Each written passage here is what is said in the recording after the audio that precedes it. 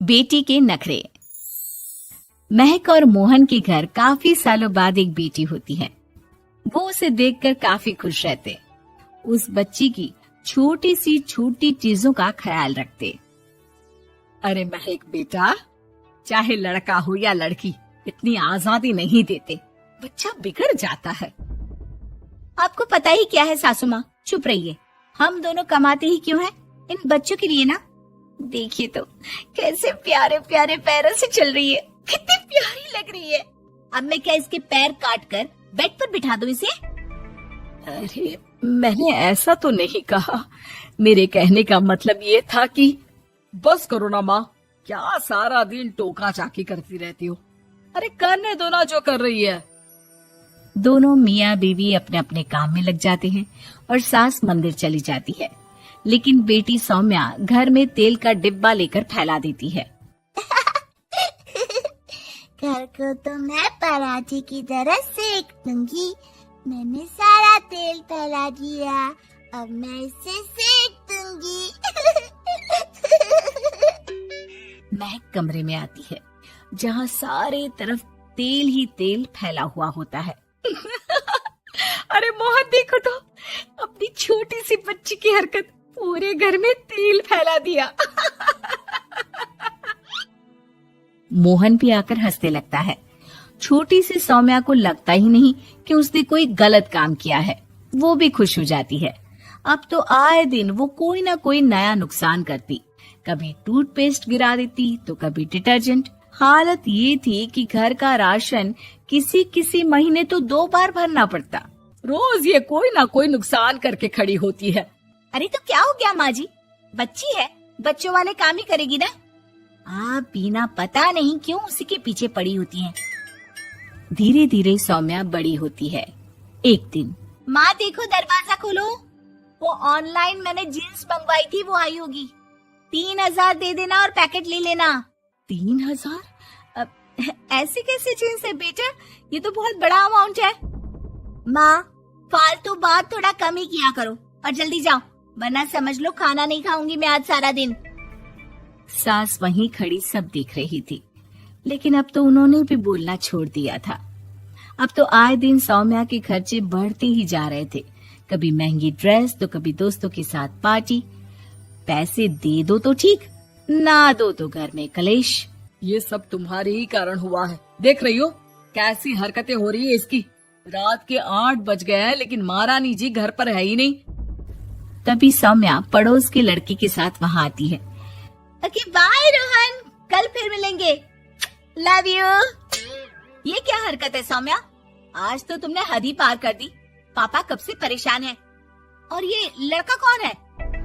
तभी पास खड़ी सास बोलती है, देखो महक, आज तक मैंने कहा नहीं था, लेकिन मैं आज कहूंगी, क्योंकि ये मेरे घर का मामला है।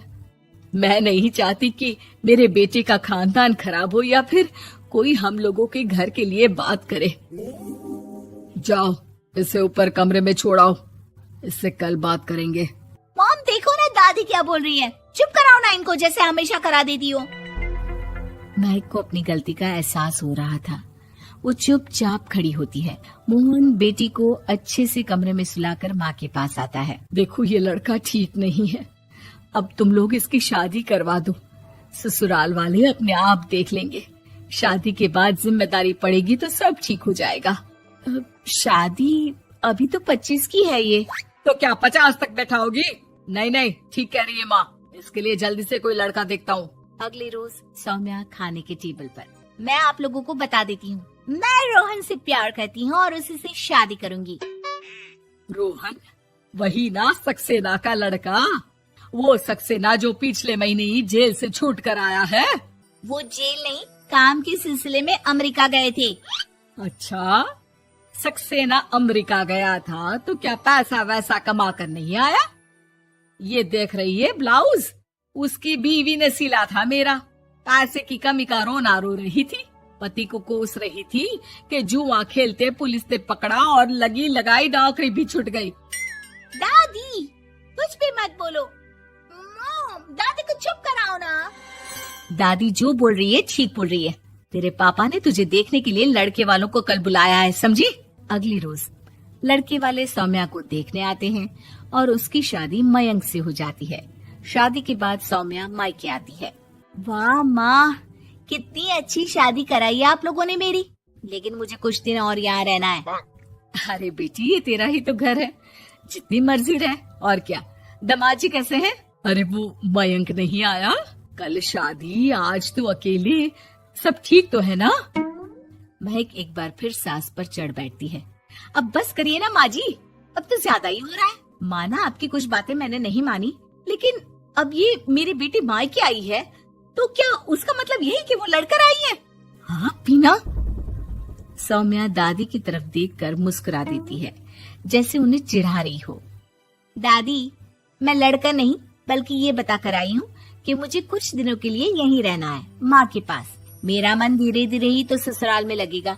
अब अगर आप बोलती है तो चली जाती हूँ मैं। अरे नहीं नहीं बेटी, ये मतलब नहीं था तेरे दादी के बोलने का। सौम्या कमरे में चली जाती है और अगले ही पल जींस टॉप पहनकर बाहर आती है।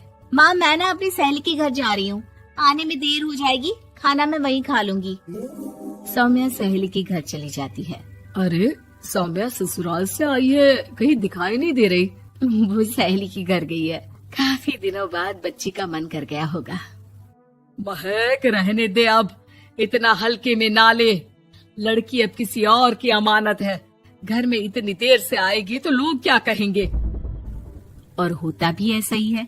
दरवाजे में पुलिस आती है जिसके साथ सौम्या होती है। ये आपकी बेटी है? जी जी, लेकिन क्या हो गया? पापा, मैं और रीना घूम रहे थे तो रोहन वहाँ आ गया। उसने मेरे गहने खींचने की कोशिश की, जब मैंने नहीं दिया तो मुझे धक्का मारकर मेरे गहने ले लिए।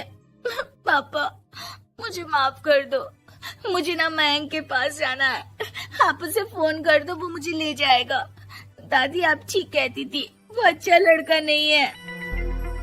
कोई बात नहीं बेटा, मयंक का फोन आया था, उसे तेरी याद आ रही थी, लेकिन वो तुझे भी अपनी जिंदगी जीने से नहीं रोकना चाहता था।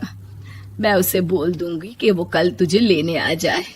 अगले दिन, चलो सौम्या, मैंने आज रात की फिल्म की टिकट और 5 स्टार होटल में खाने के लिए टेबल बुक कर दी है। फिर क्या, सौम्या खुशी खुशी अपने ससुराल चली जाती है और महक को बड़ों के सीख की कीमत का पता चल जाता है।